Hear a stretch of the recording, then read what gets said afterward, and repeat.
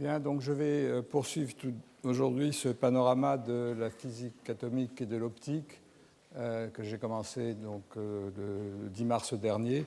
J'essaye dans ce cours de l'année de passer en revue tous les progrès qu'ont accompli la physique atomique et l'optique, en particulier grâce à l'avènement des lasers qui permettent la manipulation des systèmes quantiques, des atomes, dans des conditions qui étaient absolument inimaginables avant l'arrivée de ces sources lumineuses. Après avoir fait une introduction générale dans laquelle j'ai montré combien d'ordres de grandeur avaient pu être gagnés dans différents domaines grâce au laser, ordre de grandeur dans la précision des mesures, dans la sensibilité des mesures, dans les températures que l'on peut atteindre, dans la durée des impulsions lumineuses que l'on peut réaliser. J'ai ensuite abordé au cours des 2 dernières leçons le refroidissement des atomes à l'aide de lasers. Comment, en manipulant les degrés de liberté interne et externe des atomes, on peut les refroidir, les amener à des températures très très basses et faire à ce moment-là des expériences qui exploitent le caractère ondulatoire de la matière, par exemple des expériences d'interférométrie atomique, ou encore, en atteignant des températures encore plus basses, grâce à l'évaporation forcée, réaliser des systèmes dans lesquels les atomes sont tous dans le même état quantique, dans le cas de boson, ou occupent successivement tous les états accessibles dans le cas de fermions. Et nous avons étudié un certain nombre de propriétés, rappelé en tout cas un certain nombre de propriétés de ces bosons et de ces fermions, propriétés qui rappellent celles que l'on observe dans la matière condensée avec d'autres types de particules. J'ai en particulier montré que la superfluidité des bosons et des fermions froids rappelait certaines propriétés de la supraconductivité des électrons dans un solide. Donc aujourd'hui, je vais aborder donc une autre étape de cette revue et je vais m'intéresser plus particulièrement à la manipulation des particules quantiques isolées. En fait, les méthodes de refroidissement et de contrôle des atomes par la lumière permettent maintenant d'isoler les atomes, de les porter dans des états bien définis, de les faire interagir entre eux. Et c'est donc cette manipulation des systèmes quantiques simples que je vais décrire. Lorsqu'on travaille, lorsqu'on fait des expériences sur un grand ensemble de particules, les mesures que l'on effectue sont des mesures d'ensemble, sont des mesures qui portent sur un grand nombre de systèmes. Et à ce moment-là, le bon formalisme pour les décrire, c'est de prendre le formalisme de l'opérateur densité qui décrit les propriétés statistiques de l'ensemble. Lorsqu'on travaille avec une particule unique, eh bien, on ne peut plus analyser le système de cette façon-là. Il faut suivre les trajectoires quantiques individuelles du système, observer les sauts quantiques que le système effectue entre ces différents états d'énergie. Et cette physique, ce déplacement de la physique des ensembles vers les particules isolées s'est produit il y a une vingtaine d'années ou une trentaine d'années dans les années 1980 et a d'ailleurs donné lieu à des discussions très serrées entre théoriciens pour savoir quelle était la véritable nature de ces sauts. En fait, toute cette physique est une généralisation, elle est née d'expériences qui avaient été faites sans laser dans les années 60 et 70, en particulier par Hans Dehmelt, qui travaillait à Seattle aux États-Unis et qui était un véritable sorcier de la manipulation des électrons isolés. Hans Dehmelt a réalisé de magnifiques expériences où il était capable de piéger un seul électron pendant plusieurs mois dans un piège électromagnétique et étudier avec une précision extraordinaire la position des niveaux d'énergie de cet électron dans un champ magnétique donné, et il en a déduit avec une très très grande précision la valeur du moment magnétique de l'électron, qui est un des tests les plus sévères de l'électrodynamique quantique. Donc ces expériences sont parties, en fait, l'esprit des expériences de Dehmelt s'est ensuite étendu aux atomes, et on a effectué des expériences sur des ions piégés qui conduisent à une physique plus riche, puisque les ions ont des niveaux d'énergie interne donnant lieu à des transitions optiques, donc ils peuvent être manipulés à l'aide de lasers. Et puis ensuite, on a également observé de façon symétrique, non pas des particules matérielles isolées, mais des photons, des grains de lumière isolés, et réalisé des expériences d'optique quantique dans lesquelles les photons peuvent être détectés individuellement. Et puis on a marié cette physique atomique et cette physique des photons isolés dans ce qu'on appelle l'électrodynamique quantique en cavité, en mettant ensemble, dans une cavité électromagnétique de très grands facteurs de surtension, un ou quelques atomes avec un ou quelques photons, et étudier le couplage de ces deux systèmes entre eux. L'une des raisons pour lesquelles cette physique s'est développée considérablement, c'est le cadre de l'information quantique. Il est devenu très rapidement évident que si on est capable de manipuler des particules quantiques isolées de cette façon, on peut les intriquer entre elles, réaliser des superpositions d'états de plus en plus complexes et utiliser la logique quantique pour communiquer ou calculer de façon différente de ce qu'on le fait en logique classique. Donc l'information quantique a été vraiment un moteur pour motiver, en tout cas, le développement de ces expériences qui se développent maintenant en dehors du cadre de la physique atomique, en remplaçant les atomes par des atomes artificiels, en particulier des circuits Josephson qui possèdent des niveaux discrets et avec lesquels on peut réaliser des expériences analogues à celles qu'on fait avec des atomes. Donc là encore, on voit que cette physique permet d'établir un lien entre la physique atomique et la physique de la matière condensée. Donc le plan de cette leçon, je vais commencer par rappeler les magnifiques expériences effectuées avec des électrons piégés, puis la généralisation aux ions piégés. Ensuite, dans une deuxième partie, je parlerai de manipulation d'atomes neutres pour lesquels on ne dispose plus de la charge comme élément sur lesquels on peut faire agir des forces importantes sur l'atome.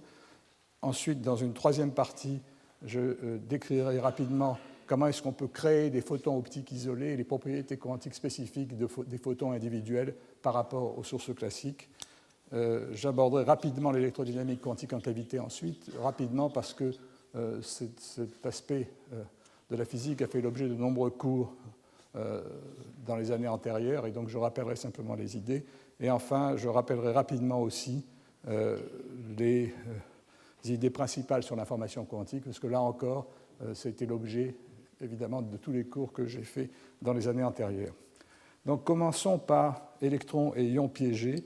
Et donc je montre ici l'image du pionnier de cette physique, Hans Dehmelt, qui a piégé des électrons dans ce qu'on appelle un piège de Penning. Alors un piège de Penning, c'est un piège dans lequel on a un potentiel électrostatique quadripolaire qui repousse les électrons des calottes qui sont là et au contraire les attire vers l'anneau, en réalisant donc un potentiel qui est attractif vers le centre dans la direction OZ et qui est répulsif dans les directions X et Y. Il est en effet impossible, de façon électrostatique, de faire un potentiel qui possède un minimum en V égale 0. C'est contraire aux lois de Maxwell. Mais pour empêcher l'électron de s'échapper, on applique un champ magnétique axial intense et ce champ magnétique crée une force de Lorentz qui fait tourner essentiellement les électrons autour du champ magnétique, et c'est cette force de Lorentz qui va contrebalancer la force centrifuge associée au champ électrique statique. L'analyse du mouvement de l'électron dans ces conditions est assez compliquée. En fait, il y a trois mouvements qui se superposent. Il y a une rotation rapide autour de la direction du champ magnétique, c'est ce qu'on appelle la résonance cyclotron, la rotation des électrons rapidement autour du champ. Il y a une vibration plus lente le long de l'axe OZ qui est simplement résulte de l'existence d'un oscillateur harmonique de l'électron qui est repoussé par les calottes verticales.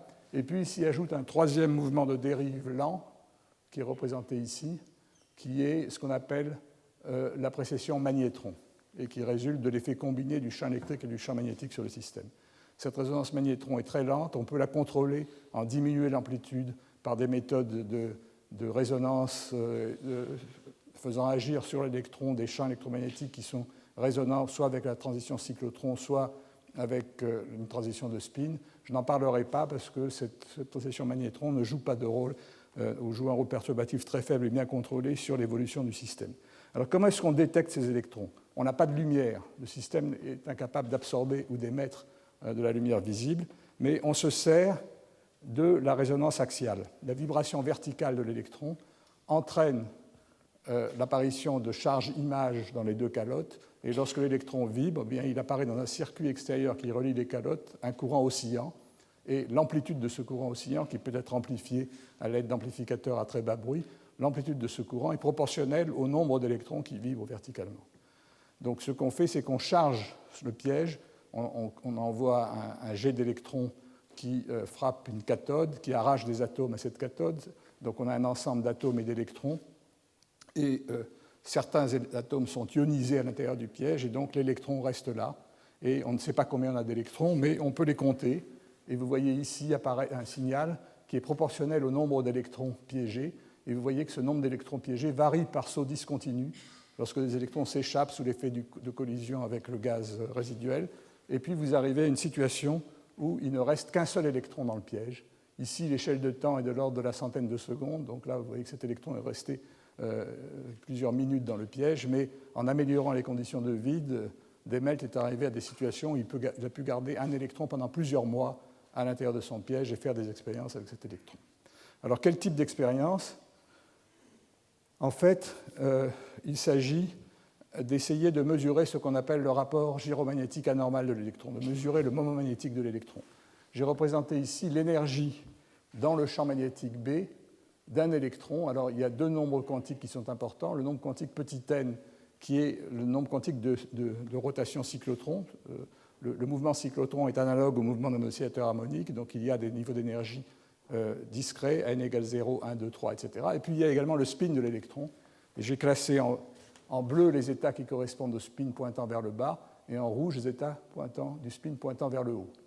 Et il se trouve que, d'après l'équation de Dirac, le rapport gyromagnétique, le facteur qui est ici en facteur avec le moment magnétique M, était strictement égal à 2, ce qui fait que la combinaison de la résonance cyclotron avec l'effet Zeeman du spin dans le moment magnétique est telle que l'état n égale 1, m égale moins 1,5 coïncide avec l'état n égale 0, m égale plus 1,5. Il y a une dégénérescence dans l'équation de Dirac qui dit que ces deux états ont la même énergie. Ceci si le moment magnétique de l'électron est strictement égal à 2.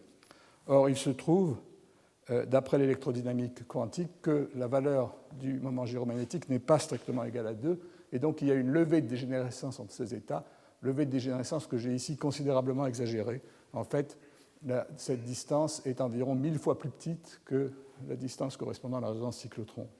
Et vous voyez donc qu'il s'agit de faire une expérience de spectroscopie extrêmement précise qui va permettre de mesurer cet intervalle d'énergie. Cet intervalle d'énergie, il donne qu'on appelle la fréquence anormale, nu A, va donner G-2. Alors vous voyez qu'on peut faire deux types de résonance dans ce système. On peut induire la résonance cyclotron. Cette fréquence se trouve autour de 150 GHz dans un champ magnétique de 5 Tesla. Donc c'est une fréquence très élevée, une fréquence micro-ondes, alors que la fréquence associée à la transition liée à la levée de dégénérescence entre ces deux niveaux, elle s'effectue à une fréquence qui est la différence de la fréquence Zeeman de spin et de la fréquence cyclotron, et elle n'est que d'environ 170 MHz. Donc on a deux types de transitions dans le système, et il s'agit de les exciter et de les détecter et d'en détecter le rapport. L'expérience est extrêmement précise parce que, comme on le sait, la chose qu'on mesure avec la plus grande précision en physique, ce sont des fréquences. Et ce qu'on mesure encore avec plus de précision qu'une fréquence, ce sont des rapports de fréquences. Parce que vous voyez que dans ce rapport, le champ magnétique disparaît. On n'a pas besoin de stabiliser le champ magnétique avec une précision extraordinaire, on n'a même pas besoin de connaître sa valeur exactement, puisque les deux expériences se font dans le même champ magnétique. Un autre phénomène intéressant à noter, c'est qu'une fois qu'on a excité la résonance cyclotron, par émission spontanée, l'électron retombe dans le niveau cyclotron inférieur. En effet, la résonance cyclotron, c'est un dipôle électrique qui tourne, ce dipôle rayonne, et par émission spontanée, il va perdre son énergie. Il perd son énergie dans cette expérience en un temps qui est de l'ordre de quelques secondes. Donc il faut attendre quelques secondes avant que le système retombe dans l'état fondamental et que l'on puisse agir dessus. Mais une question importante reste posée, c'est comment est-ce qu'on détecte ceci? Si on fait de la physique atomique, on est habitué à détecter les résonances en regardant la variation de la lumière de fluorescence, c'est-à-dire sur des photons optiques. Ici, il n'y a pas de photons optiques. Et il n'est pas question d'essayer de détecter les photons à 150 GHz que le système émet ou absorbe. Alors l'astuce qu'ont utilisé Dehmelt et puis ensuite son élève Gabriel, qui a raffiné ses expériences dans les années 2000, ça consiste à tenir compte du couplage entre la résonance cyclotron et la résonance de spin et la résonance axiale. Et en fait, il détecte cette transition par une très légère modification de fréquence de la résonance axiale. Alors, je vais essayer de vous décrire qualitativement ce qui se passe. En fait, le champ magnétique le long de OZ, qui en principe devrait être un champ uniforme, a en fait une petite contribution qui est proportionnelle à Z au carré. Il y a un petit gradient du champ magnétique le long de OZ parce que la structure du champ magnétique est une structure de champ en bouteille, avec un renflement du champ à l'équateur et une diminution des champs lorsqu'on s'éloigne de z égale 0. Ça veut dire que lorsqu'on regarde dans le hamiltonien le terme d'interaction entre le moment magnétique de l'électron et le champ magnétique B de Z, il y a un terme qui est en mu bêta Z2. Il apparaît un terme de cette nature, et ce terme s'ajoute au terme d'énergie potentielle, qui est le terme qui décrit l'oscillation axiale de l'électron. Et donc vous voyez que ce qui se passe, c'est que cette petite perturbation va modifier légèrement la fréquence du mouvement axial d'une quantité qui dépend de mu. Et mu dépend de n plus m. Dans mu, il y a le magnétisme orbital qui est proportionnel à n et le magnétisme de spin qui est proportionnel à m. Donc il va y avoir un déplacement de fréquence de la fréquence au z qui va se mettre sous la forme delta B fois n plus m, où delta B est un petit facteur qui dépend du champ magnétique. Et vous voyez que cette variation de fréquence est très faible. Cet effet-là, c'est quelques hertz sur 200 MHz.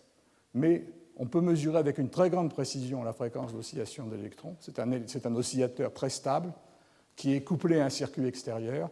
Et on peut stabiliser ce circuit extérieur sous cette fréquence, un peu comme on fait dans une montre à quartz, où on a la vibration d'un quartz qui est stabilisée par un circuit extérieur à une fréquence de vibration très précise.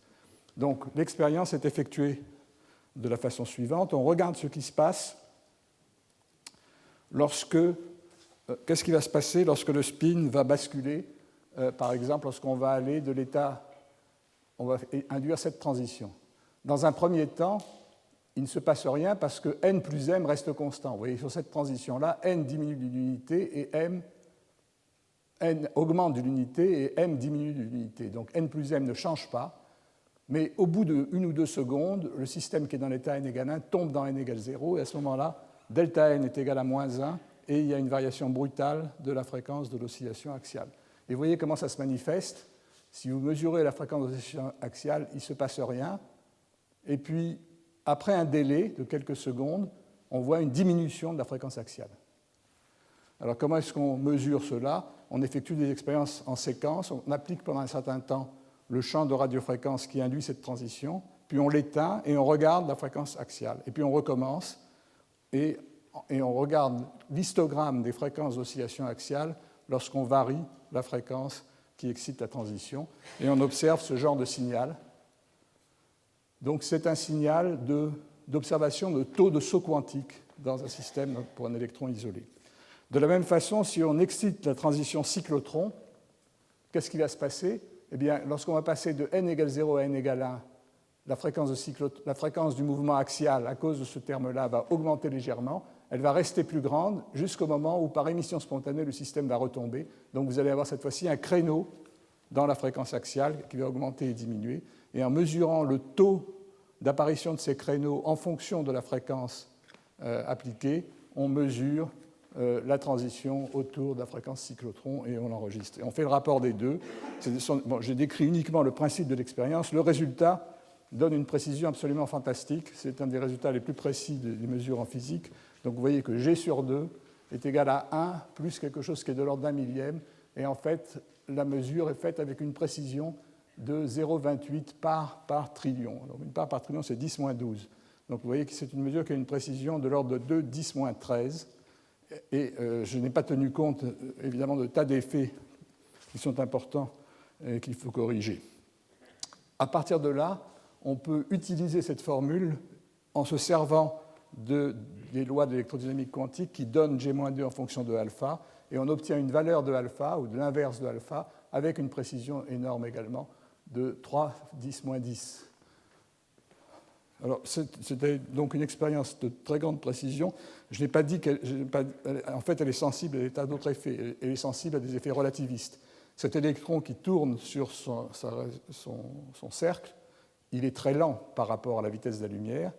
En fait, on peut montrer que V2 sur C2 n'est que de l'ordre de 10-9, mais un effet à 10-9, ça va déplacer la fréquence cyclotron d'une centaine de Hertz sur 150 GHz, et c'est un déplacement dont il faut tenir compte. Heureusement, la précision sur ce déplacement, sur cette centaine de Hertz, est très bonne, et donc ça n'intervient pas, une fois que les corrections ont été faites, ça n'intervient pas sur la précision de la mesure. Un autre effet qui est important, c'est que cet électron, il oscille dans une cavité qui est constituée par les électrodes du piège de Penning, et ça modifie légèrement la position de ces niveaux d'énergie, et ça modifie la durée de vie de la résonance cyclotron. Et cette modification de durée de vie de la résonance cyclotron est très utile, alors que dans l'espace libre, la résonance cyclotron aurait une durée de vie de quelques dizaines de millisecondes, à cause des parois qui empêchent l'émission dans les modes de la fréquence cyclotron.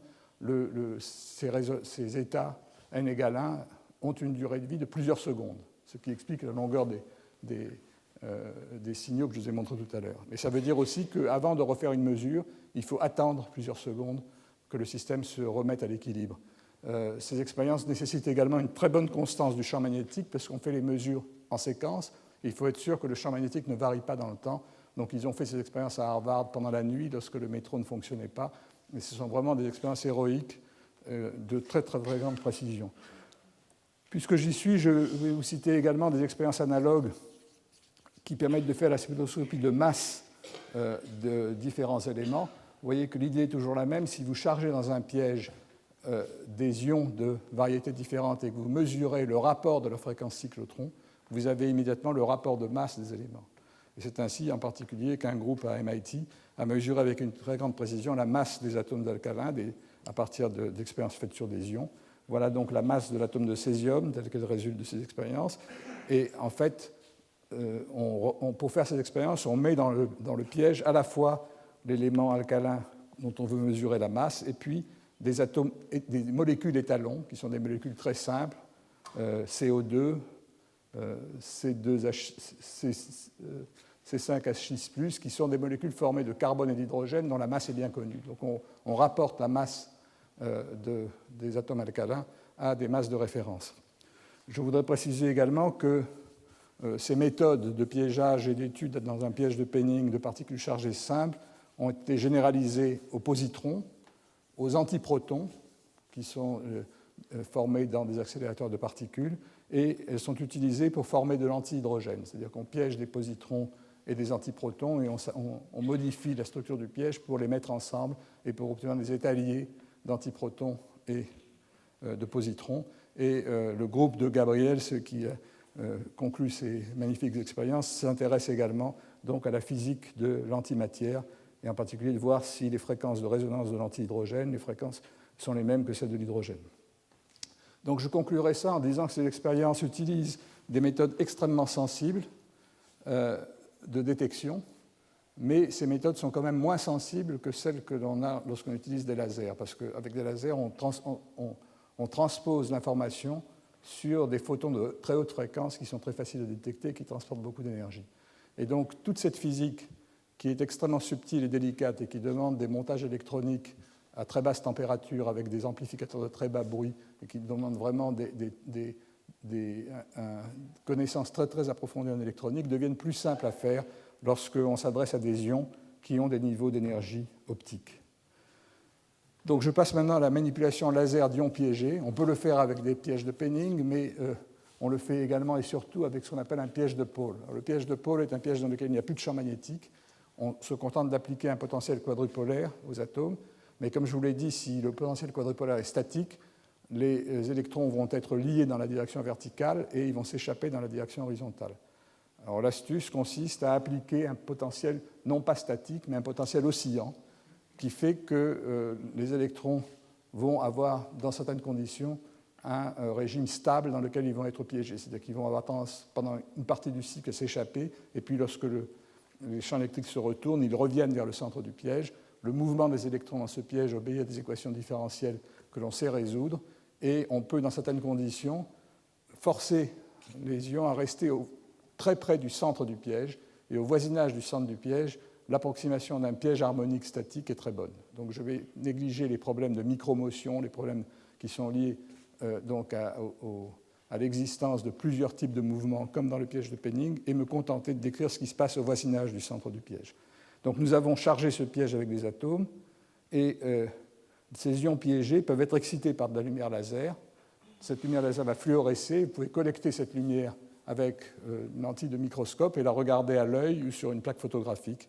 Et vraiment, le moment extrêmement important s'est produit en 1980, lorsque pour la première fois, un ion unique a été observé dans ce type de piège. C'est une expérience qui a été faite dans le groupe de Peter Toschek en Allemagne. En fait, Hans Dehmelt était venu à Heidelberg travailler avec Toschek pour essayer d'étendre la physique des électrons uniques et la physique des atomes. Et vous voyez ici le premier signal d'un ion baryum unique, ici. Il y a beaucoup de lumière qui correspond à la diffusion de la lumière sur les parois du piège, mais on distingue très clairement cet ion baryum ici au centre. Ici, j'ai amplifié. Voilà un ion baryum unique. Voilà la référence originale. Et puis, vous avez également des petits nuages qui correspondent à 2 et 3 ions. Alors, ces nuages sont un peu flous parce que dans ces premières expériences, on ne contrôlait pas exactement la position ni la température des ions dans le puits, donc ils se déplaçaient et l'image résulte d'une moyenne sur ces mouvements à l'intérieur, au centre du piège. Mais je vous montrerai sur le transparent suivant qu'on fait beaucoup mieux maintenant. On réalise des pièges de pôle linéaires, c'est-à-dire des pièges où la structure du champ électromagnétique force les atomes à rester sur une ligne, et on peut en mettre plusieurs. Et les atomes sur une ligne vont occuper des positions qui résultent de la compétition entre la force attractive qui les pousse au centre du piège et la répulsion de Coulomb qui les tient éloignés l'un par rapport à l'autre. Alors voilà un exemple qui montre 5 ions de beryllium séparés d'une distance de 2 à 3 microns dans un piège réalisé dans le groupe de David Weinland-Onist. Un autre type de piège a été développé dans le groupe de Rainer Blatt à Innsbruck. Donc vous voyez les électrodes, il y a un jeu d'électrodes en forme de lame de couteau, et le piège est fermé à gauche et à droite par 2 électrodes qui repoussent les électrons vers le centre. Et dans ce type de piège, on peut manipuler individuellement les atomes en focalisant les lasers sur un ion ou un autre du piège. Et voici quelques images. Voici 14 ions de calcium dans un piège linéaire, et récemment une image qui montre une chaîne dans laquelle 30 ions de calcium sont distribués. Et on peut donc, en excitant transversalement à l'aide de lasers, exciter dans un état quantique déterminé l'un quelconque de ces ions. Alors ces ions, évidemment, sont couplés les uns aux autres par l'interaction de Coulomb, et ce couplage se manifeste par l'existence d'oscillations, de phonons de différentes natures.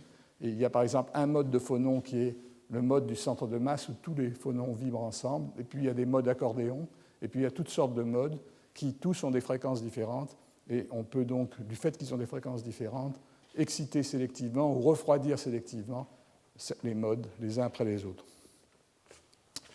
Alors, voici, je vais raisonner sur un système très simple qui est le système utilisé par Rainer Blatt, une transition essentiellement à 3 niveaux. L'ion possède un état fondamental, un état excité que j'ai décrit de façon par une grande largeur naturelle, donc c'est un état qui a une très courte durée de vie et le couplage dipolaire électrique sur cette transition est très intense, et puis une transition qui est très fine, une transition interdite, entre guillemets, c'est-à-dire que normalement il n'y a pas de dipôle électrique dans des états SED, et le couplage s'effectue aux ordres supérieurs du couplage entre le champ et l'atome, par exemple transition de type quadrupolaire. Cette transition demande une grande intensité laser et la durée de vie du niveau D est très longue. Alors, tout dépend de ce qu'on veut faire dans l'expérience. Si on veut faire une expérience de métrologie, et je vous décrirai la semaine prochaine comment on peut baser sur cette transition la construction d'horloges qui ont une précision extraordinaire, à ce moment-là, on va interroger à l'aide d'un laser à cette fréquence de transition et essayer de la mesurer avec la plus grande précision.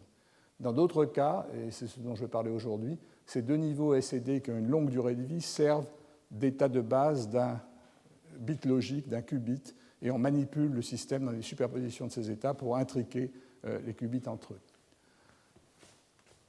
Donc voilà la situation. Donc transition intense qui sert au pompage optique et à la fluorescence. Donc on peut pomper sur cette transition et accumuler les atomes dans je n'ai pas représenté ici les différents sous-niveaux, mais en fait on accumule les atomes dans un sous-niveau de façon à effectuer une transition fermée, que la fluorescence s'effectue toujours entre les 2 mêmes niveaux et que l'atome ne puisse pas s'échapper de ces niveaux pour aller vers des niveaux qui ne seraient plus visibles. Et puis cette transition interdite qui sert à faire la spectroscopie laser. Alors qu'est-ce qui se passe ? Lorsque le laser L1 porte l'atome de niveau S vers le niveau D, eh bien, la fluorescence induite par le laser intense sur la transition SP disparaît, parce que le niveau S n'est plus peuplé. Et donc on peut observer le passage de l'atome à S à D par l'extinction de la fluorescence sur la transition SP. Au contraire, si l'atome revient par émission spontanée de D vers S, la fluorescence sur la transition SP va réapparaître. Donc on a à nouveau une spectroscopie de saut quantique. Vous voyez ce qu'on observe. On observe un signal important de fluorescence lorsque l'atome oscille entre S et P sous l'effet du laser intense, et puis aux rares instants où c'est le laser L1 qui l'emporte et qui amène l'atome de S vers D, une interruption brutale de la fluorescence. Et ce signal, il est beaucoup plus facile à détecter que celui dont je vous parlais tout à l'heure, mais c'est un signal de même nature, un changement de comportement brutal du système lié à un saut quantique d'un système quantique individuel. Ces sauts quantiques sur les ions ont été observés pour la première fois dans le groupe de Peter Toshek et dans le groupe de David Wineland au NIST, et c'est devenu depuis une méthode standard de détection des ions piégés. Je vous montre en particulier comment on enregistre une résonance. Eh bien, on balaye lentement la fréquence de cette transition, et pour chaque valeur de la fréquence, on enregistre le taux de saut quantique, comment le taux de saut quantique augmente lorsqu'on se rapproche de résonance, et on réalise ainsi un histogramme des interruptions de fluorescence qui permet de déterminer le centre de cette résonance avec précision. Donc voilà pour la spectroscopie, mais on peut également se servir de cette détection de saut quantique pour peupler sélectivement l'un quelconque des ions de la chaîne. Donc je remontais ici à nouveau le schéma, et donc vous avez ici le piège de Paul, et vous injectez le laser rouge à l'aide d'un système optique de façon à ce qu'il puisse, avec une focalisation très précise, exciter sélectivement l'un ou l'autre des ions à l'intérieur du piège. Et en même temps, avec la même optique, vous regardez la lumière de fluorescence de cette transition avec un laser intense qui est par exemple perpendiculaire au plan du tableau, que je n'ai pas représenté, mais vous collectez la lumière dans le même dispositif que le dispositif qui permet d'exciter les ions. Et vous voyez que la sélectivité entre les niveaux S et D est extrêmement bonne. Cet histogramme montre le taux de saut quantique suivant que l'atome est dans l'état D ou dans l'état S. Si l'atome est dans l'état D, vous voyez un petit peu, dans une fenêtre de 9 millisecondes, vous voyez quelques photons, toujours parce que ce sont les photons parasites qui sont diffusés par la lumière diffusée du laser qui permet d'observer les sauts. Mais par contre, si c'est l'état S qui est occupé, le taux de fluorescence augmente considérablement, et au lieu d'avoir 4 ou 5 photons par fenêtre, vous comptez maintenant des dizaines de photons dans la fenêtre de détection. Et la séparation de ces deux histogrammes vous montre que vous avez une efficacité de détection de 100%. Vous pouvez savoir à coup sûr si l'atome est dans S ou dans D. Donc ensuite, vous faites l'expérience avec 3 ions, par exemple. Voilà 3 ions dans l'état S, qui fluorescent tous les 3. Si maintenant vous appliquez, à l'aide du laser L1, une impulsion pi qui porte l'atome de S vers D, c'est-à-dire une impulsion qui a une durée telle qu'avec 100%, l'atome passe de S vers D, vous voyez que l'état correspondant s'éteint. Donc vous savez que vous avez préparé les 3 systèmes dans l'état SSD. Et puis vous pouvez faire la même chose avec l'ion du milieu. Donc là, vous avez préparé l'état SDS, ou avec l'état de gauche, et vous avez préparé l'état DSS. Donc vous voyez qu'il y a une possibilité de manipuler individuellement et avec précision les ions dans le système. On peut se servir également de cette méthode de refroidissement, de cette méthode d'interaction des atomes avec les lasers pour refroidir les ions de façon extrêmement efficace. Le premier type de refroidissement consiste à exciter sur la transition intense, qui est très large, et c'est ce qu'on appelle le refroidissement Doppler.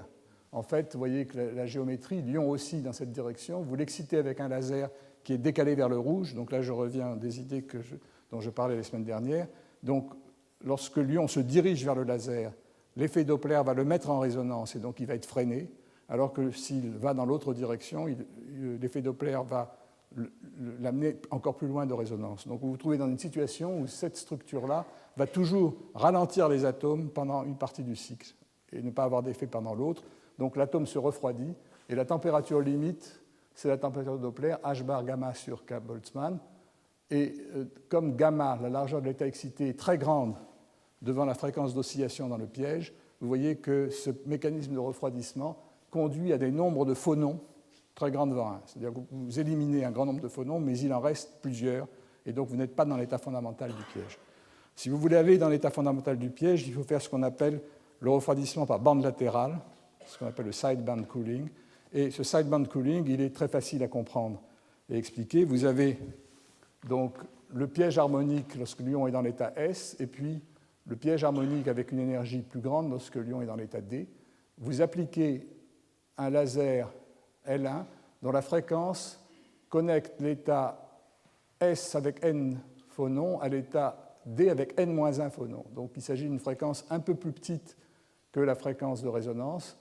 C'est ce qu'on appelle la bande latérale rouge, et ces bandes latérales sont résolues parce que la largeur naturelle de l'état D est très petite devant la fréquence d'oscillation dans le piège. Donc on peut exciter sélectivement sur cette transition. Alors, qu'est-ce qui se passe à ce moment-là?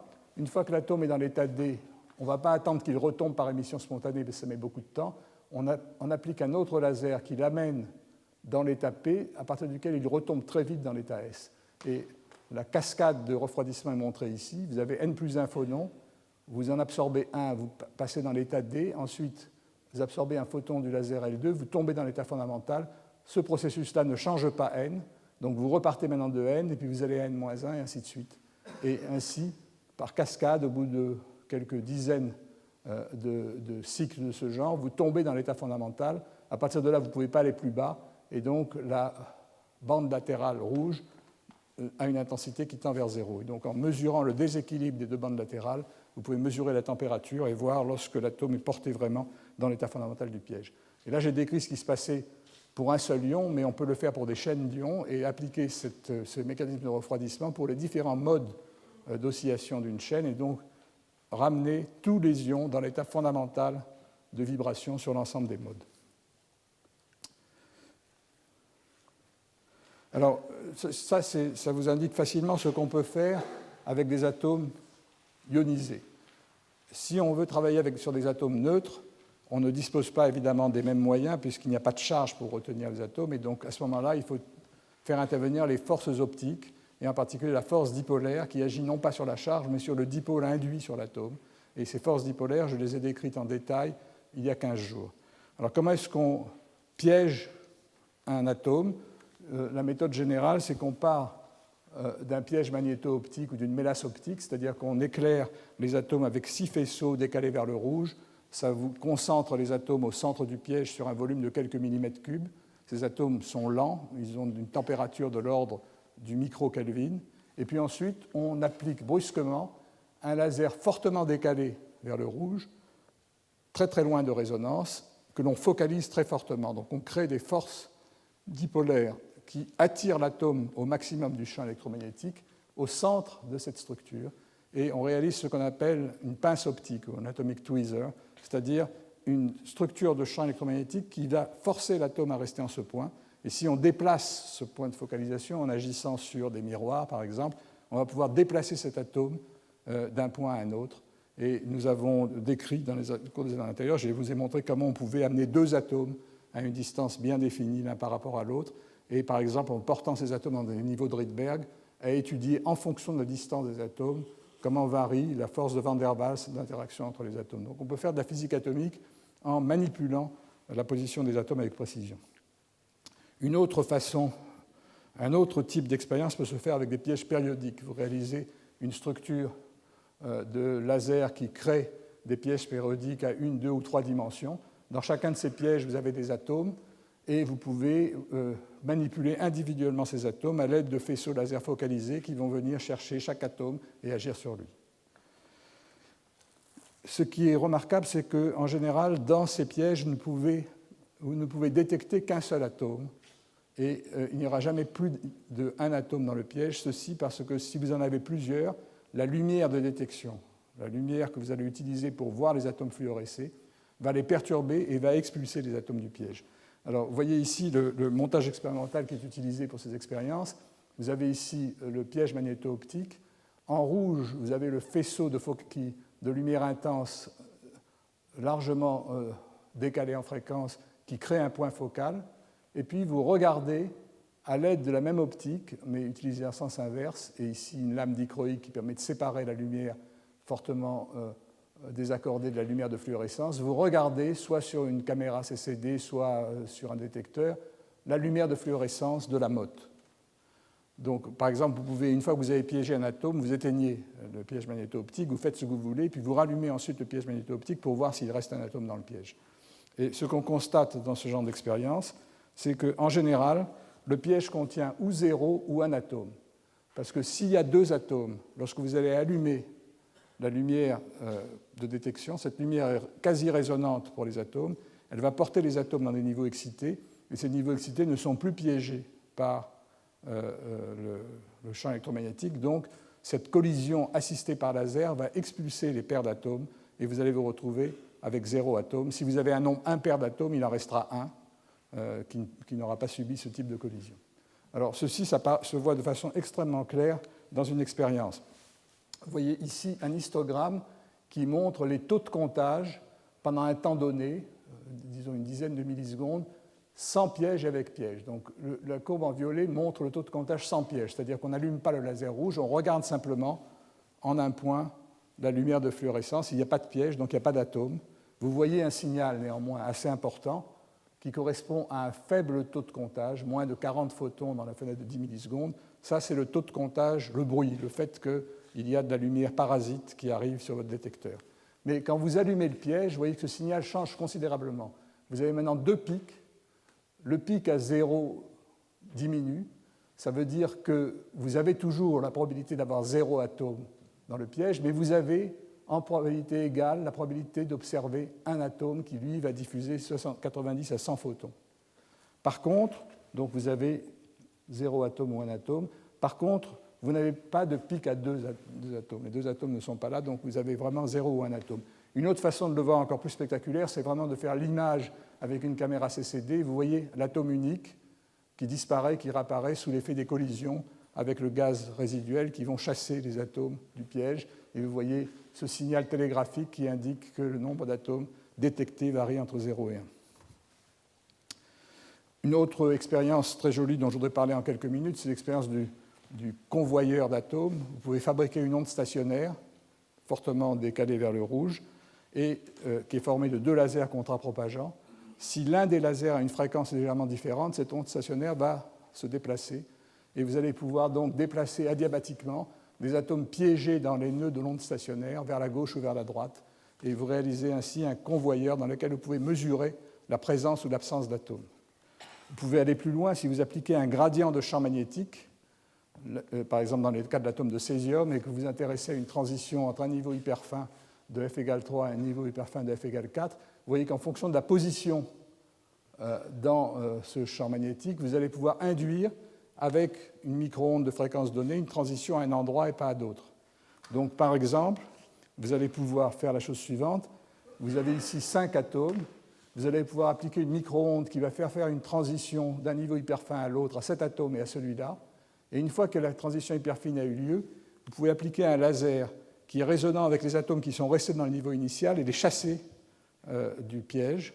Et donc, on peut ainsi sélectivement sélectionner des atomes et les maintenir à une distance bien définie l'un de l'autre, puisque cette distance est un multiple de la longueur d'onde du piège. Et donc de très belles expériences ont été faites sur ce type de système, en particulier dans le groupe de Dieter Meschede à Bonn. Je ne vais pas rentrer dans les détails de ces expériences, je crois qu'on en a parlé également dans des séminaires dans les années antérieures. On peut également imager individuellement les atomes dans un réseau optique. C'est un réseau à deux dimensions formé par 4 lasers. Et on a une optique réalisée avec une très grande ouverture de lentille, donc il y a une résolution de l'ordre du micron. Et vous voyez qu'on peut séparer la lumière de fluorescence provenant d'atomes individuels dans ce réseau, et donc étudier des effets quantiques qui se produisent lorsque ces atomes interagissent dans le réseau. Et il y a de très très belles expériences qui sont actuellement en cours sur ce système également. Alors passons maintenant au lieu de la manipulation des atomes, posons-nous la question de la manipulation des photons. Alors, vous savez que la lumière donc, est constituée de photons, mais la lumière classique est ce qu'on appelle la lumière, un état cohérent de la lumière classique est un état dans lequel le nombre de photons n'est pas bien défini, parce que c'est une lumière à une phase bien définie, donc le nombre de photons fluctue. Et quand vous atténuez un faisceau classique, même si vous l'atténuez considérablement, vous ne pouvez jamais supprimer la possibilité qu'il y ait 2 photons dans le faisceau. Vous avez une loi de Poisson qui vous dit que vous avez 0 ou 1 photon, mais avec une petite probabilité, vous pouvez en avoir 2. Alors qu'une source atomique unique, elle, produit des véritables photons individuels, pour une raison qui va apparaître très claire ici. La première expérience qui a été faite là-dessus a été faite dans les années 70 sur un jet atomique, et on croise un laser pour exciter les atomes du jet, de façon à ce qu'ils puissent fluorescer. Et en fixant l'intensité du jet et l'intensité des lasers, on peut s'arranger pour que la zone observée par l'optique ne contienne au plus qu'un atome excité. Donc on peut réaliser un système qui, en pratique, est un atome unique qui va rayonner, et on détecte la lumière que cet atome rayonne, et on l'envoie dans un interféromètre qui mesure les corrélations d'intensité, c'est-à-dire qu'on a 2 détecteurs, ici une lame semi-réfléchissante qui renvoie à 50% les photons dans une voie ou dans l'autre, et on mesure le taux de coïncidence des photons. Si un photon unique arrive sur ce dispositif, ce photon il doit aller ou dans un détecteur ou dans l'autre, et donc les 2 détecteurs ne vont jamais cliquer en même temps. Ceci à condition que les chemins optiques soient les mêmes. Si vous balayez le chemin optique et établissez une différence de longueur entre les 2 chemins optiques, à ce moment-là, vous pourrez avoir une coïncidence qui provient du fait qu'un atome ou 2 atomes différents ont pu émettre un photon détecté. Donc on fait ce type d'expérience, et le premier signal qui a été observé en 1978 dans le groupe de Mandel à Rochester a montré qu'il y avait effectivement une anticorrélation très nette pour des temps très courts, et donc que la lumière émise par un photon unique, par un atome unique, avait des caractéristiques statistiques très différentes de la lumière d'une source classique. Et donc, à partir de là, se sont développées différentes méthodes cherchant à fabriquer des émetteurs de photons uniques. Ce n'est pas très commode de le faire avec des jets de ce genre. Le photon est émis de façon stochastique à un instant qui n'est pas bien déterminé. Donc on a cherché à faire des sources plus pratiques, en particulier des sources solides et des sources qui émettent le photon à un instant bien déterminé. Et je vais vous en donner un exemple. C'est l'émission de photons uniques par des centres colorés NV, c'est-à-dire un élément, un nanocristal de diamant dans lequel un atome de carbone est remplacé par un atome d'azote et un site voisin est vide, est vacant. Et donc cet ensemble NV constitue une espèce de quasi-molécule qui possède des niveaux d'énergie, et ces niveaux d'énergie peuvent être excités à l'aide d'un laser dans le verre, et ensuite le centre coloré diffuse un photon bleu, un photon plutôt dans la lumière rouge vers 650 nanomètres. Et donc ces nanocristaux, ils sont étalés sur une plaque, éventuellement mise dans un gel de polymère, et on regarde avec un microscope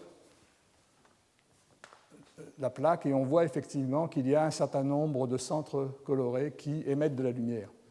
On se focalise sur un de ces centres colorés et on effectue sur ce centre coloré focalisé la même expérience de tout à l'heure, les corrélations d'intensité, et on observe effectivement l'anticorrélation qui indique bien qu'une molécule unique ou une quasi-molécule de ce genre ne peut émettre qu'un photon à la fois.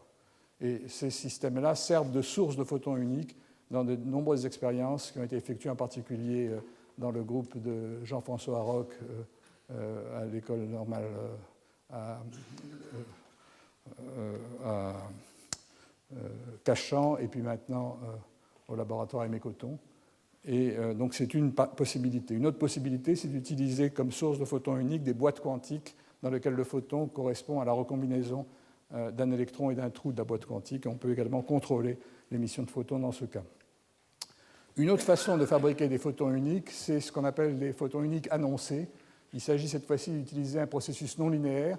On envoie un photon dans un cristal non centrosymétrique, et ce cristal, par conversion paramétrique, transforme un photon de fréquence nue en une somme de 2 photons qui conservent à la fois l'énergie et l'impulsion. Et les photons émis sont émis dans des directions qui satisfont à cette conservation de l'énergie et de l'impulsion, les photons émis étant distribués sur 2 cônes qui sont représentés ici en fausse couleur. Donc c'est une image du groupe d'Anton Zeilinger qui montre comment ces photons sont émis. Ces photons sont corrélés entre eux, c'est-à-dire que si vous détectez un photon à un endroit, l'autre photon va être détecté dans la direction correspondant à la valeur complémentaire de K. Alors, à l'aide de ce système, le groupe d'Anton Zeilinger et d'autres groupes ont effectué des expériences d'intrication de photons. Vous voyez que si vous prenez les photons émis dans la direction qui correspond à l'intersection des deux cônes, comme les photons en question sont polarisés, en ces points-là, la polarisation est dans une superposition de deux états possibles, et en fait, l'état des deux photons est intriqué en polarisation. Et donc, de très belles expériences ont pu être faites comme cela. Une autre façon d'utiliser le système consiste à détecter un photon. Quand vous avez un clic sur un détecteur, vous savez de façon déterministe que l'autre photon se propage dans une direction avec une polarisation bien connue. Et donc, vous avez ici une source de photons uniques également que vous pouvez utiliser pour des expériences où ces photons uniques sont intéressants. Je passe maintenant rapidement au domaine de l'électrodynamique en cavité qui rassemble un petit peu les concepts précédents, c'est-à-dire qu'on s'intéresse à la fois au comportement d'atomes isolés et au comportement de photons isolés, mais ensemble. Qu'est-ce qui se passe lorsque l'on met dans une cavité de très grands facteurs de cavité un ou quelques atomes et un ou quelques photons? Ces expériences elles se sont développées de façon considérable à partir des années 1980 dans deux domaines. Ici, vous voyez des expériences dans le domaine optique. La cavité est une cavité de type Fabry-Perot, deux miroirs diélectriques de très grande finesse qui sont à une distance de l'ordre d'une fraction de millimètre. Et donc, il y a une onde stationnaire entre ces deux miroirs. La durée de vie, enfin le facteur de surtension est tel que les photons dans cette cavité s'échappent en un temps de l'ordre de la microseconde à peu près. Et on interroge cette cavité en la faisant traverser par un laser dont on détecte la transmission à la sortie. Et on fait arriver des atomes dans cette cavité. Une des façons de le faire, c'est d'avoir un ensemble d'atomes froids ici, un piège magnéto-optique que l'on relâche, donc les atomes tombent, et statistiquement, on peut créer une situation où les atomes tombent un à un à l'intérieur de la cavité. Dans des expériences plus sophistiquées, on peut, lorsque l'atome est dans la cavité, rajouter des faisceaux fortement décalés, donc qui ne sont pas résonants avec la cavité, pour piéger l'atome pendant un certain temps à l'intérieur de la cavité et réaliser une telle situation. Un autre type d'expérience qui correspond à ce que l'on effectue ici à Paris consiste à travailler dans le domaine micro-ondes et à l'aide d'atomes de Rydberg. Alors ça, c'est le montage expérimental de la forme qu'il avait il y a une dizaine d'années. Les atomes de Rydberg sont préparés dans cette boîte, ils traversent la cavité. C'est une cavité beaucoup plus grande que la cavité optique, c'est une cavité de plusieurs centimètres de diamètre qui contient un champ micro-ondes, et les atomes de Rydberg sont très sensibles aux micro-ondes et interagissent avec ces micro-ondes. Le trait commun à ces deux types d'expériences, c'est le fait qu'un atome unique a un effet macroscopique sur la transmission de la cavité, sur les propriétés de la cavité, comme vous allez le voir. Et inversement, un photon unique piégé dans une cavité de ce genre a un effet mesurable sur un seul atome, soit sur l'énergie, soit sur la phase du dipôle électrique d'un seul atome. Et donc on a vraiment un couplage fondamental entre deux systèmes quantiques isolés, l'atome et le photon dans la cavité.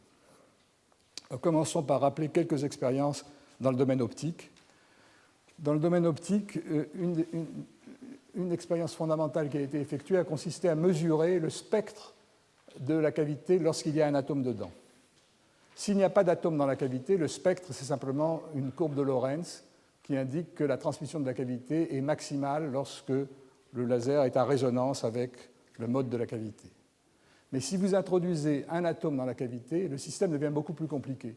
Vous voyez ici, j'ai représenté quelques états d'énergie du système. L'atome peut être dans l'état fondamental et la cavité vide, c'est l'état fondamental ici, ou il peut y avoir une excitation dans le système. L'atome est toujours dans l'état fondamental G et il y a un photon, ou bien c'est l'atome qui est excité, il y a 0 photon. À résonance, ces deux états G1 et E0 ont la même énergie, mais ils sont couplés entre eux, et le couplage les repousse et crée un doublé d'énergie pour le système. Alors ce doublé d'énergie, il est bien connu, et nous l'avons exploité à de multiples reprises. Si vous préparez le système dans l'état E0, cet état E0 n'est plus un état propre du système, et le système va osciller entre les états propres plus et moins. C'est ce qu'on appelle l'oscillation de Rabi. Donc dans le temps, on va voir apparaître une oscillation de Rabi. Par contre, si vous raisonnez dans l'espace des fréquences, vous voyez que si vous cherchez à exciter votre système atome-cavité, il ne va plus être excité à la fréquence centrale de la cavité, mais il va être excité aux deux fréquences latérales, que je représentais ici en rouge, et vous allez avoir un doublé. Ce doublé il manifeste le fait que si vous faites traverser par un laser ce système, le laser ne va plus être transmis à la fréquence centrale, mais il va être transmis préférentiellement aux deux fréquences correspondant au doublé. Et ceci a été observé pour la première fois dans le groupe de Jeff Kimball en Californie, les premiers signaux étaient de ce style. Vous voyez qu'on voit apparaître le doublé. Depuis lors, des expériences beaucoup plus précises ont été faites. Ce doublé joue un rôle très important dans ce type d'expérience. Je vais vous montrer comment on peut utiliser cet effet pour détecter avec une sensibilité extraordinaire un seul atome. Prenez une cavité, vous réglez la cavité pour qu'elle soit résonante pour le laser, c'est-à-dire que le laser est transmis à 100% si la cavité est vide. Qu'est-ce qui se passe si un atome traverse la cavité? Eh bien, au moment où l'atome est dans la cavité, la transmission de la cavité change, et vous voyez que, en fait, la transmission de la cavité qui est de 100% tombe à zéro lorsque l'atome passe à travers la cavité. Donc on détecte l'atome par une diminution brutale de la transmission de la cavité. Ça, c'est un signal négatif. Mais vous pouvez également effectuer la même expérience avec un signal positif. Vous réglez votre laser pour qu'il soit sur la bande latérale. Donc en absence d'atome, la transmission est très faible. Et quand l'atome passe, la transmission monte brusquement parce que la cavité devient transparente pour le champ. Donc suivant la fréquence du laser, le passage d'un atome se traduit par un creux ou par un pic avec une efficacité de détection de 100%. On peut même aller plus loin et, en réglant convenablement les lasers et la cavité, avoir des signaux qui permettent de détecter sélectivement si l'on a 0, 1, 2, 3 atomes qui traversent la cavité en même temps en fonction de ce signal de transmission.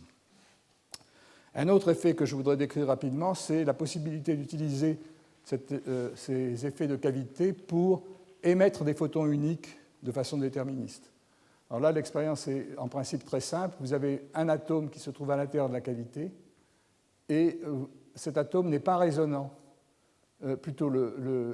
Cet atome n'est pas résonnant avec le mode de la cavité. Vous voyez ici, le mode de la cavité et la transition atomique entre le niveau excité et le niveau F n'est pas résonante. Et vous envoyez sur le côté une séquence de pulses déclencheurs. Ces pulses déclencheurs contiennent beaucoup de photons chacun.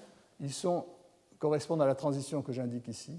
Et vous voyez que lorsque ces pulses déclencheurs vont passer sur le système, ils vont permettre au système d'effectuer par effet Raman une transition où un photon du pulse déclencheur va disparaître et un seul photon du mode de la cavité va apparaître. Une fois que l'atome est dans l'état F, plus rien ne peut se passer, donc il faut un mécanisme de repompage avec d'autres lasers que je ne vais pas représenter là pour ramener l'atome dans le niveau initial. Et vous voyez que par effet Raman, on va transformer des pulses qui contiennent beaucoup de photons en pulses qui ne peuvent contenir qu'un photon à la fois, parce qu'il n'y a qu'un seul atome qui émet dans la cavité, il ne peut pas y avoir plus qu'un photon. Et je rappelle également que cet effet Raman, c'est un effet Raman dans le sens contre-intuitif, au sens où Claude Cohen-Tanucci le discutait la semaine dernière, puisque vous voyez que le premier impulsion qui est appliquée au système, c'est celle-là, et ce n'est qu'ensuite qu'arrive le photon qui fait partir le système de l'état initial. Et on peut décrire ça comme un passage adiabatique de type stirap qui transforme par effet Raman le photon optique initial en photon unique. Ces expériences sont effectuées avec des atomes traversant la cavité, puis ensuite avec des atomes qui ont été vraiment piégés dans la cavité. Et je vous donne ici quelques références. Alors, quelques mots sur nos expériences à nous dans le domaine micro-ondes. Alors, je ne vais pas insister parce que j'en ai parlé longuement, ça c'est le dernier état du montage, donc deux miroirs, des atomes de Rydberg qui traversent cette cavité, et ces atomes de Rydberg sont couplés au champ de la cavité de façon résonante ou non résonante, et on s'est servi en particulier de ce type de montage pour faire des expériences de comptage de photons. Alors, je vous montre ici comment, en extrayant l'information de la cavité, on peut compter les photons de la cavité et voir exactement quand les photons disparaissent un à un, c'est-à-dire que c'est une expérience de saut quantique. Mais cette fois-ci, ce n'est pas des sauts quantiques de la matière, ce sont des sauts quantiques du champ détectés à l'aide de matière, alors que dans les expériences précédentes, c'était des sauts quantiques de matière détectés à l'aide de champ. Et puis, on a pu également, à l'aide de cela, préparer ces fameux chats de Schrödinger du champ, c'est-à-dire en faisant traverser à une cavité contenant quelques photons dans un état cohérent un seul atome dans une superposition d'états. On a pu inscrire cette superposition d'états dans le champ et réaliser des états dont la fonction de Wigner présente deux pics avec des interférences entre les deux pics. Et donc c'est ce qu'on a appelé des chats de Schrödinger, et on a étudié la décohérence de ces états. Je vous rappelle ici le petit film qui montre comment, au cours du temps, la cohérence entre les deux composantes du chat s'évanouit, comment les franges disparaissent. Alors bien sûr, je vous montre ça tout simplement à titre indicatif, parce que ça a vraiment fait partie des cours que je faisais dans les années antérieures. Et je suis content d'ailleurs que le séminaire qui va suivre par Wojciech Jurek va reprendre ces idées. Lorsque nous avons commencé ce travail sur les chats de Schrödinger il y a une vingtaine d'années, on a été fortement inspiré par la théorie de la décohérence et en particulier par les papiers de Wojciech Jurek sur la décohérence des états, des superpositions d'états cohérents. Alors, ces expériences se développent maintenant aussi, comme je le disais tout à l'heure, en physique des solides. On remplace les atomes et les atomes de Rydberg par un petit circuit supraconducteur qui possède des niveaux d'énergie. Ce circuit supraconducteur est couplé à une cavité qui peut être un résonateur coplanaire qui a une longueur donnée et qui donc accommode une onde stationnaire de radiofréquence. Le couplage s'effectue par une petite capacité qui est ici. On peut appliquer des pulses de contrôle aux états internes du qubit, c'est-à-dire jouer l'équivalent de l'excitation micro-ondes dans les atomes de Rydberg grâce à cette ligne. On peut alimenter directement la cavité à l'aide de cette ligne de radiofréquence. Et enfin, on peut détecter les états de cet atome artificiel à l'aide de ce qu'on appelle un SQUID. C'est un système interférentiel qui fait appel à d'autres jonctions Josephson. Lorsque l'atome change de niveau d'énergie, lorsque cet atome artificiel change de niveau d'énergie, le flux magnétique qu'il envoie dans le SQUID change, et c'est ce changement que l'on détecte qui mesure l'état du système, un petit peu à la manière des sauts quantiques qui permettent de détecter l'état du système dans un ion. Alors, je ne vais pas décrire ces expériences, je vous montre simplement dans un coin qu'elles ont permis de construire également des états de chat de Schrödinger par des mécanismes tout à fait analogues à ceux que nous avons développés en électrodynamique quantique en cavité.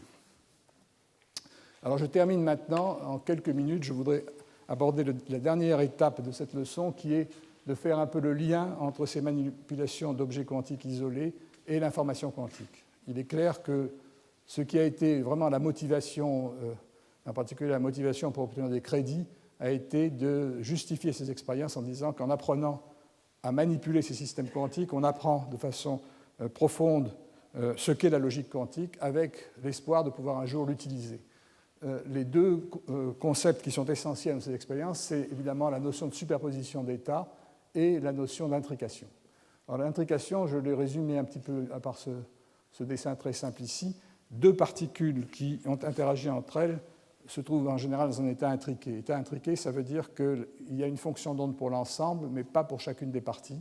Et dans le cas que j'ai décidé ici, j'ai décidé de représenter les deux états par des couleurs différentes. Ça peut être un spin plus ou moins, ça peut être une polarisation horizontale ou verticale, mais symboliquement, j'ai pris deux couleurs.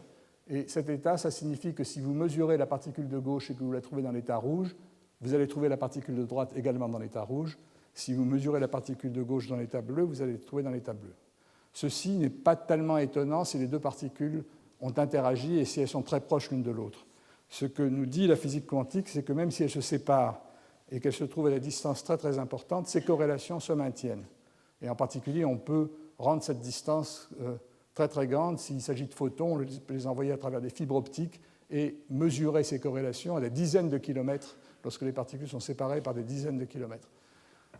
Une corrélation du type de celle que je vous ai décrite là n'est pas étonnante classiquement. On pourrait très bien dire qu'on a simplement construit un système pour que soit les deux particules soient rouges, soit les deux particules soient bleues. Mais en physique quantique, la mesure ne porte pas uniquement sur un type d'observable.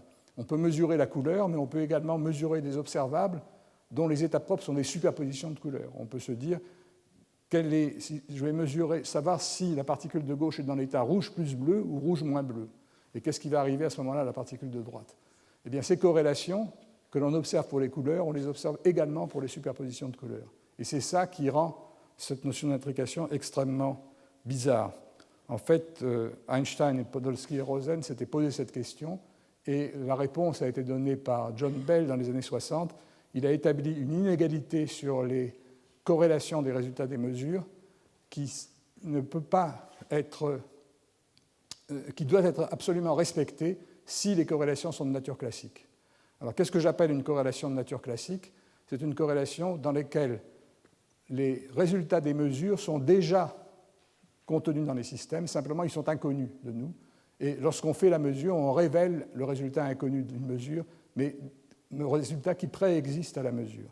Ça, c'est une interprétation classique, c'est ce qu'on appelle l'interprétation des variables cachées. Au moment où les particules ont interagi, un certain nombre de variables cachées ont pris des valeurs aléatoires, et ces valeurs aléatoires conditionnent le résultat des mesures que l'on va trouver par la suite. Si vous admettez cette notion de variable cachée, vous avez des inégalités de Bell. Alors, l'expérience a été réalisée historiquement pour la première fois par John Clauser aux États-Unis, puis de façon plus raffinée par Alain Aspect. Je vous rappelle très rapidement le montage. Vous avez ici des paires de photons qui sont émis par des atomes. Ces photons sont polarisés dans ces deux polariseurs et détectés ensuite, et on regarde des coïncidences de détection. Et c'est l'analyse de ces coïncidences qui permet de montrer qu'il y a une violation de ces inégalités de Bell. Je vous rappelle simplement très rapidement ici ce que sont ces inégalités de Bell. On mesure en fait sur les deux systèmes A et B 4 quantités, c'est-à-dire qu'on peut choisir 2 états de polarisation pour le premier photon, A' et 2 états pour le deuxième photon, BB'. Et ces quantités sont bivaluées. Le spin est soit up, soit down, le photon est soit polarisé d'une façon, soit de l'autre, c'est-à-dire qu'on peut donner 2 valeurs qu'on peut appeler plus 1 et moins 1 aux 2 états mesurés. Et si on admet que ces quantités inconnues sont définies, même si on ne les a pas mesurées, on peut construire une quantité que j'appelle sigma ici, dont la moyenne doit être comprise entre plus 2 et moins 2. Et vous voyez très facilement pourquoi, parce qu'on fabrique epsilon A moins epsilon A' et epsilon A plus epsilon A'. Il est clair que si epsilon A est égal à epsilon A', cette quantité vaut 0, alors que si epsilon A est opposé à epsilon A', cette quantité vaut plus ou moins 2, et c'est l'autre qui vaut 0. Donc vous ajoutez 2 quantités dont l'une vaut 0 et l'autre vaut plus ou moins 2, et vous les multipliez par quelque chose qui est plus ou moins 1. Donc vous ajoutez des quantités qui sont toujours plus ou moins 2. Et la moyenne d'une somme de quantités qui vaut plus ou moins 2, elle ne peut pas être supérieure à plus 2 ou inférieure à moins 2. Donc finalement, si vous admettez l'existence de ces variables cachées, l'hypothèse de ces variables cachées indique que sigma doit être compris entre plus 2 et moins 2. Alors que la mécanique quantique vous indique que si vous prenez cet état intriqué, très facilement, et si vous mesurez des composantes de polarisation qui sont données par cette disposition, c'est-à-dire que vous mesurez sur un atome 2 états de spin à angle droit, sur l'autre atome 2 états de spin à angle droit, et vous arrangez pour que ces mesures soient séparées de 45 degrés, eh bien vous avez une corrélation qui vaut 2 racines de 2. C'est un calcul de mécanique quantique très simple que je vous laisse faire, qui montre donc que l'hypothèse même de départ qu'il y avait des variables cachées est violée par la physique quantique.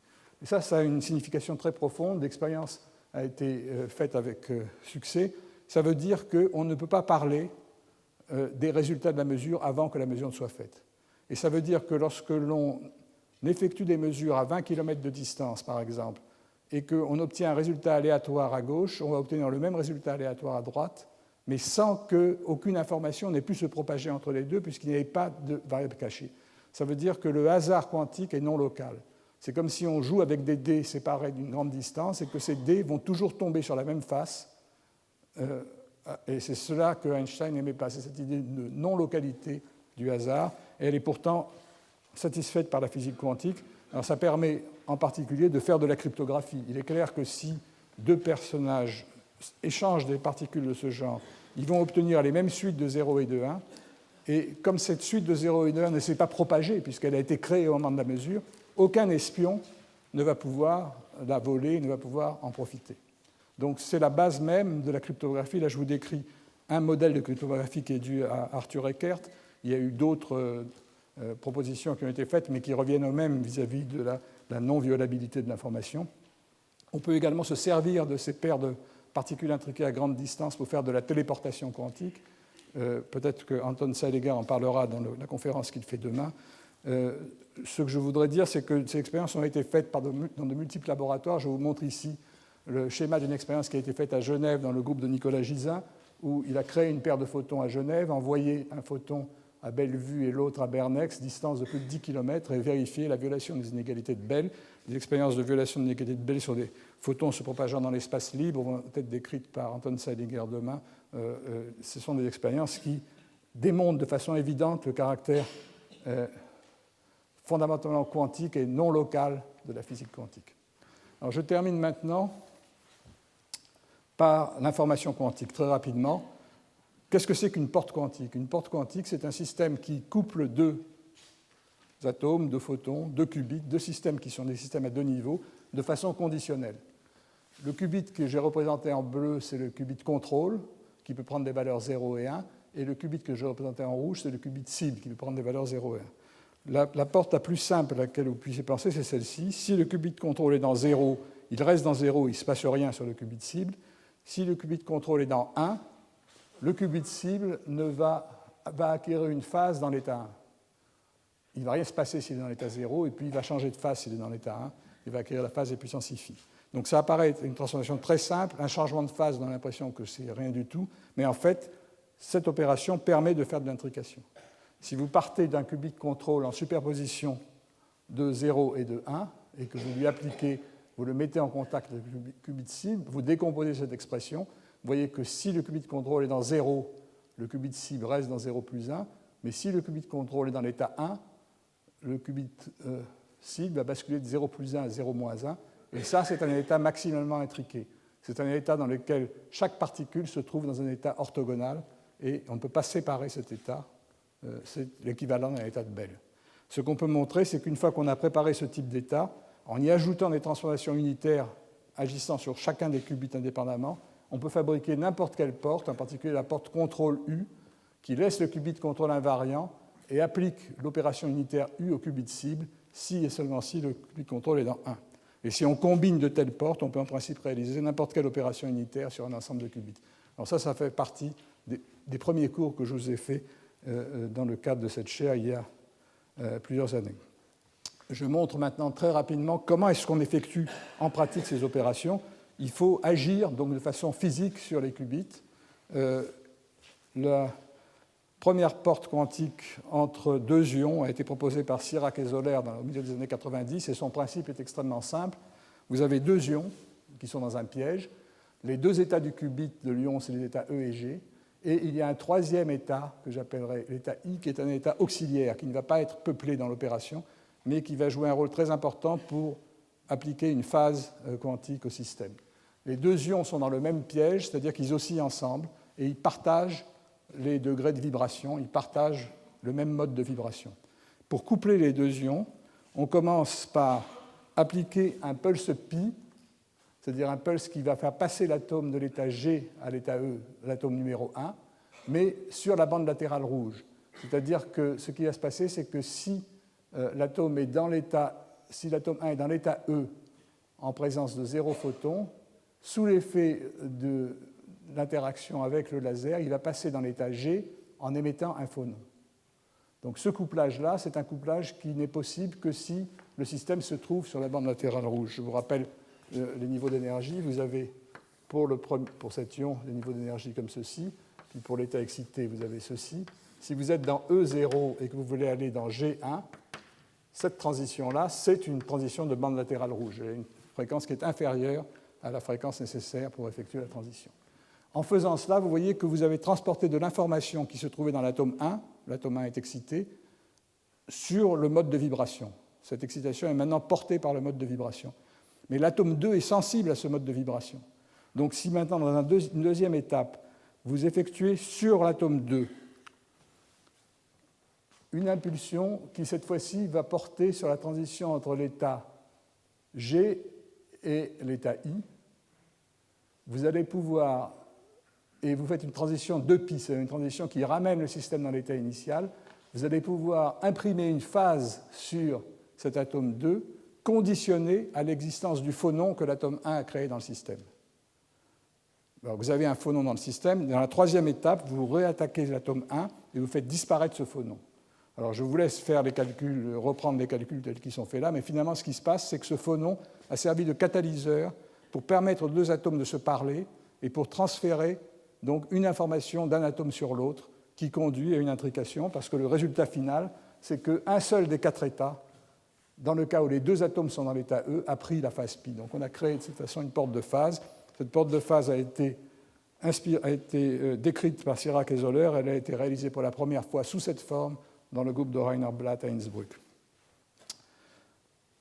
Autre porte, cette fois-ci sur des atomes neutres. Et je vous donne simplement le principe. Vous avez des atomes neutres qui possèdent deux niveaux d'énergie, ou deux états quantiques que je représentais en rouge et en bleu, et qui sont piégés dans un puits périodique. Et suivant qu'ils sont rouges ou bleus, ils ont des moments magnétiques différents, donc ils vont être piégés avec des champs de polarisation différentes, que j'ai représentés par les ondes bleues et rouges. Et ce qui se passe, c'est qu'on peut déplacer les puits de potentiel rouge et bleu indépendamment l'un de l'autre. Une façon de le réaliser, c'est d'avoir une onde stationnaire avec un photon, avec d'un côté le champ polarisé verticalement et de l'autre un champ polarisé faisant un angle θ. Et vous voyez tout de suite que si vous tournez θ, vous allez avoir des ondes stationnaires polarisées en sigma plus et en sigma moins qui vont se déplacer les unes par rapport aux autres d'une quantité dépendante de θ. Et donc vous pouvez réaliser une situation où vous pouvez ramener les atomes dans le même puits. Lorsqu'ils sont dans le même puits, ils interagissent et ils accumulent une différence de phase que vous pouvez contrôler et ensuite vous les séparer. Et vous pouvez créer une situation où si les deux atomes sont rouges, ils vont être déplacés dans le même sens, les deux atomes, et donc rester toujours séparés les uns des autres. S'ils sont tous les deux bleus, ils vont être déplacés dans l'autre sens et rester séparés. Si l'atome de gauche est rouge et l'atome de droite est bleu, ils vont s'éloigner. Et ce n'est que dans le cas où ils sont dans l'état 1,0 qu'ils vont entrer en collision et acquérir une phase. Et donc, à nouveau, vous avez une porte de phase. Dernier exemple, puisque je parlais de circuits QED, vous avez deux circuits Josephson qui ont chacun deux niveaux. Et donc, vous avez des états. Le premier circuit est en rouge, le second en bleu. Vous avez l'état 0,0, l'état 1,1, et puis vous avez l'état où un seul des qubits est excité, 1,0 et 0,1. Et vous pouvez vous arranger pour que les deux qubits aient la même fréquence, auquel cas ils vont être couplés entre eux et il va y avoir une oscillation de Rabi entre 1,0 et 0,1. Ou bien vous pouvez les découpler en leur donnant des fréquences différentes et à ce moment-là, il ne va rien se passer. Alors, un petit peu d'électronique, vous voyez, ça paraît très compliqué, mais voilà ce circuit LC qui est un circuit non linéaire dont les niveaux d'énergie, lorsque vous variez la phase du qubit, présente, c'est un oscillateur harmonique avec un terme non linéaire, et voilà les deux niveaux d'énergie du qubit rouge. Ici, vous avez les deux niveaux d'énergie du qubit bleu. En agissant en variant le courant auxiliaire ici, vous changez le flux qui traverse ce qubit, et donc vous modifiez légèrement la forme du potentiel et vous changez légèrement les niveaux d'énergie. Et donc, en agissant sur ces deux courants, vous pouvez rendre les qubits à résonance ou non. Quand ils sont à résonance, il y a une oscillation entre 1,0 et 0,1. Et si vous vous arrêtez juste au milieu, vous fabriquez une opération unitaire qui mélange à poids égaux les états 1,0 et 0,1, qui crée de l'intrication. Et à nouveau, à partir de là, vous pouvez, par des opérations à un seul qubit, transformer ça en une porte. Et donc, c'est le principe des portes quantiques en circuit de QED. Et à l'aide de ceci, des circuits logiques de quelques portes réalisant des algorithmes simples ont été démontrés avec ce type de système. Donc, je crois que j'ai été très loin et il est temps de conclure. Alors, où est-ce qu'on va pouvoir aller avec tout ce type de système? Évidemment, le rêve, c'est l'ordinateur quantique, qui serait constitué d'un ensemble de portes réalisant des algorithmes programmés. Il y a des difficultés qui sont liées à la décohérence. Il faut être capable de contrôler la phase de toutes ces opérations et les états quantiques avec une très grande fidélité. Donc, il faut corriger en codant un qubit logique.